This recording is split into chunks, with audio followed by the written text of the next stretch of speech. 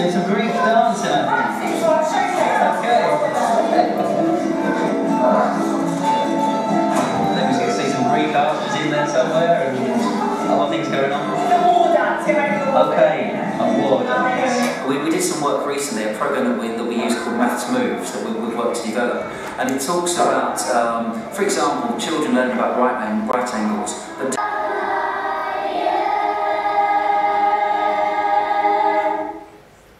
I wanted to show you that because I'm very excited about a curriculum called Open Futures, which is open to any school, any state school, whether it's a local authority or free school. Serves poor areas, and it's about getting children to grow things, cook things, film things, ask questions about things. And it's totally child-centred, and it's very successful.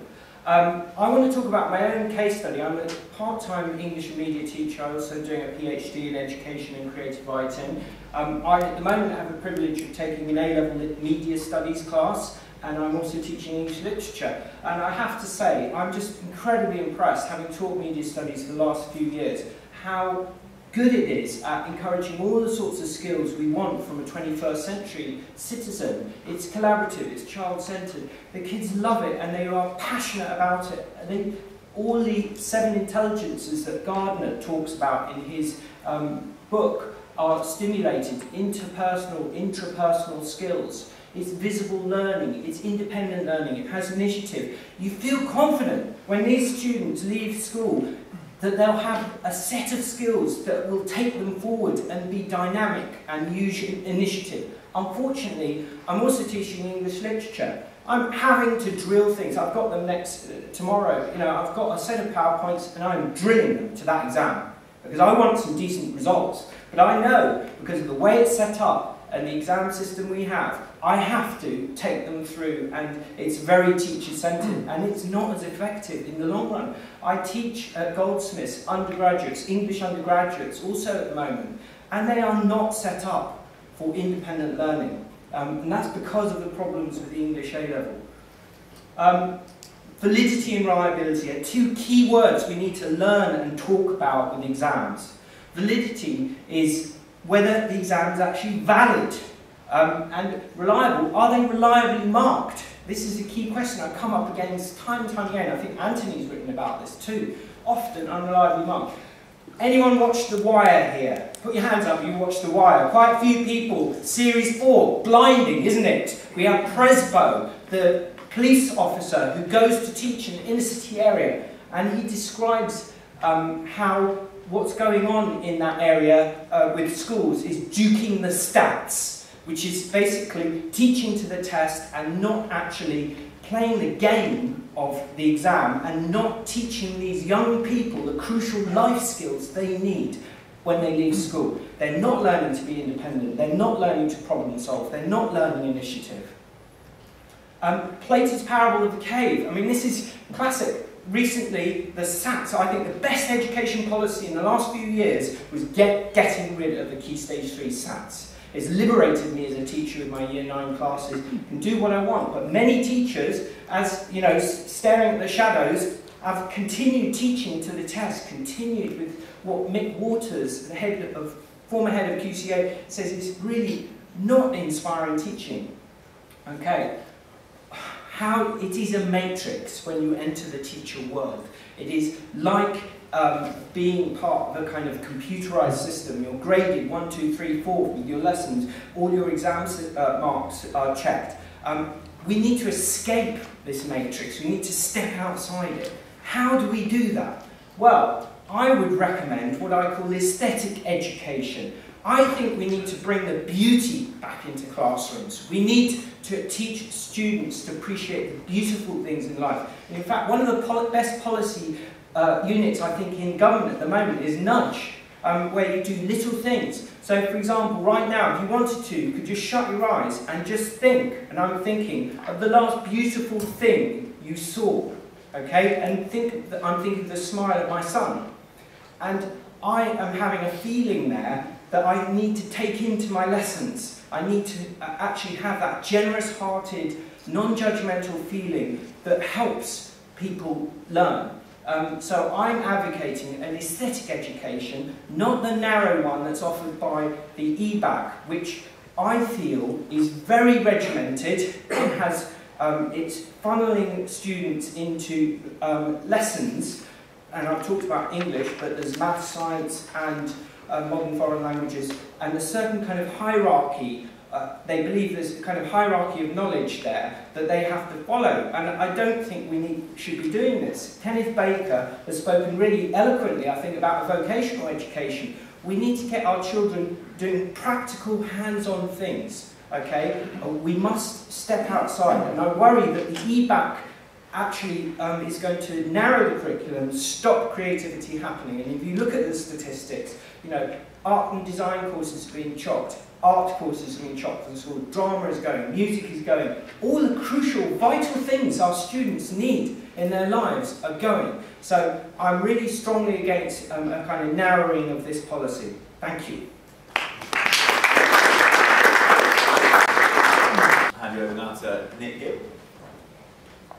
Thank you very much, James, and thank you very much for inviting me to take part in this conference. I don't think right angles should be taught through dance, and I've also seen the 4th season of The Wire, which exposes the very low expectations of the Baltimore education system. Conservatives are often accused of harking back to a golden age in education, located somewhere between 1950 and 1965. I don't believe there ever was such an age.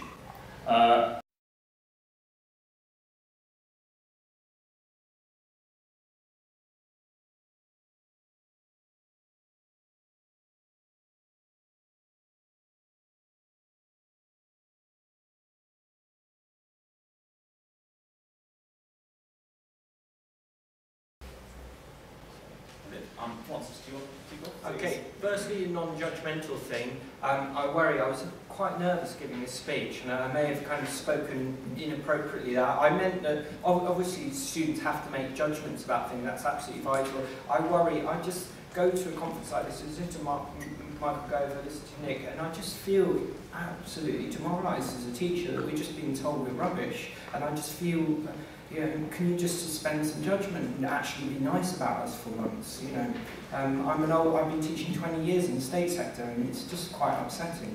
That's what I meant. English literature, media studies. I am not going to pretend I'm a great teacher, actually. You know, I find media studies is set up in a child-centred way, and obviously I think maybe there are some amazing teachers, and I'd like to see them. You know, I'd get out and see those English teachers and share practice and try and get better at what I'm doing. But at the moment, we've got the ASs coming up in a few weeks' time. I'm going to be absolutely bashed by my head teacher if I don't get some good results, and I'm finding that I'm having to go through the mark scheme and say, right, you've got to get this assessment objective in your exam right now. You know, otherwise I find, over my career, I've found that it doesn't quite happen, and it is a narrowing for me. There was another question about the EBacc. The statistics speak for themselves. I mean, just so many schools are duking the stats. They're gaming the system at the moment. They're going for the EBacc. They're dropping design and technology. They're dropping drama. If you read Mick Waters' great book, Thinking Aloud, in fact, I've got a reading list at the end of my PowerPoint. It's on there. Can I just ask you supplementary in that case? Which of the subjects, maths, the sciences, language, history, geography, do you think pupils should not study to the age of 16? I wouldn't make any centralised prescriptions. I really think we need to trust teachers and head teachers to have a broad and balanced curriculum and what's appropriate for students. I just worry that we're being overly prescriptive from the centre, and we need to put trust in teachers, as Anthony was saying. Can I just say quickly, you're welcome to come visit. My company runs a... I'd love to do that. Thank you, Dave. Well, just on the issue of the non-judgmental thing, I don't think this is teachers' fault. There is an ideological debate in this country about education. It's been around for more than 50 years, and it has been dominated and has been won by those who believe in child-centred, progressive education. And the fault lies in the education departments of the universities, not amongst teachers. Teachers are trained in the state sector to teach like this and to teach this subject matter. That is the problem. That is why we have this widening gap between those educated in the independent sector by a non-progressive ideological approach and those educated in the state sector which certainly since the mid-60s, has increasingly become based on this ideology. And that is the problem. It's not the teachers themselves, who are well-meaning, hard-working, educated people who have been obliged by successive governments over the last 50 years to adopt this approach. Now, sorry, Nick, we just have to ask a question because you said something earlier. We can't teach right angles by dance, and you made that blanket judgment. Yes. You're not a teacher. That teacher, Paul Jackson's been teaching 20 years. Why do you say that? Because it's not an efficient way of teaching right angles. How do you know that? Because have you ever been a teacher? Have you ever been a teacher in a classroom at all? Have you visited as many schools as I have around the country? I can tell you. But if you never taught a day in your life. It doesn't matter whether I've taught or not. All the evidence. But listen, no, it isn't.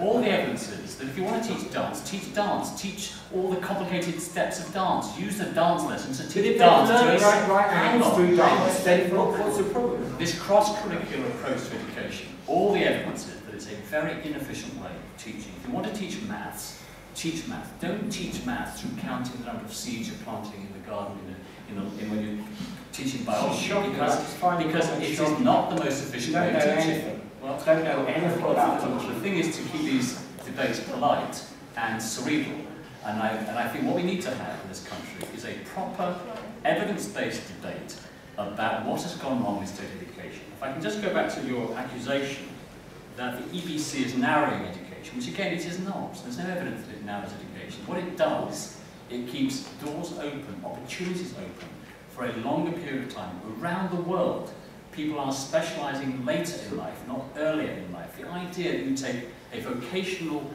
specialism earlier on, a non-academic subject earlier on, is not what is happening in most successful jurisdictions. The Russell Group of universities call those subjects in the EBC, array of GCSEs, the facilitating subjects when they're taught at A-levels, because they provide the greatest opportunity for university education. I am very worried about what is happening in state education over the last 30, 40 years. The gap is widening between those from wealthier backgrounds and those from poorer backgrounds. Education in the 21st century is going to be more important than it was in the era that I grew up in. And we have to make sure that as many people as possible in our country receive an academic education for as long as possible to the best that their ability will allow. If we don't do that, we are going to be letting down another generation of young people. And that school, what great maths results, by the way. Just, we're running horribly